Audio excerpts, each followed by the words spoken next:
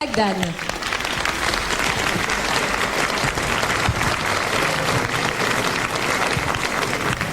Ce soir, je ne vais pas vous raconter la lettre à ma mère, je ne vais pas vous raconter l'épicier, je ne vais pas vous raconter les organes.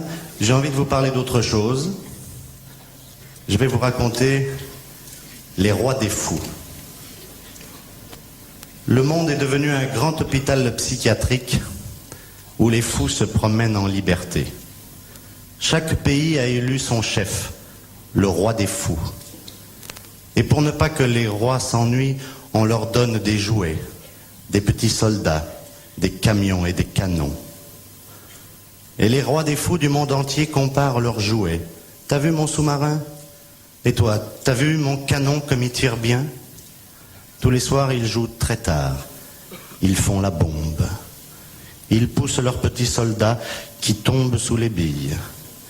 Quand il n'y en a plus, on les remplace. Et les rois des fous échangent leurs jouets. Je te prête mon pétrole, mais toi, tu me passes ta bombe à neutrons. D'accord, file-moi ton uranium et je te donnerai mes petits camions de soldats. Et puis, il y a des rois qui n'ont rien à échanger.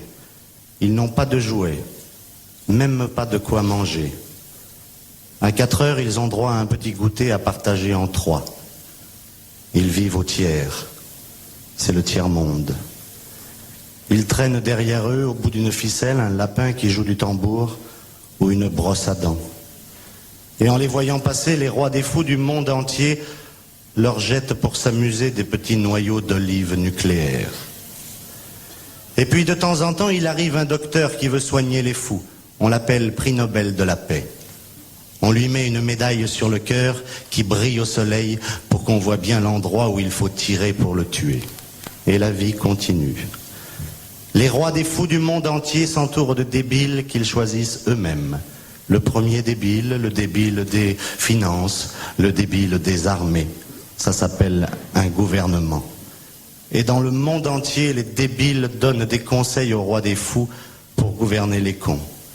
Et les cons, cherchez pas, c'est toujours nous.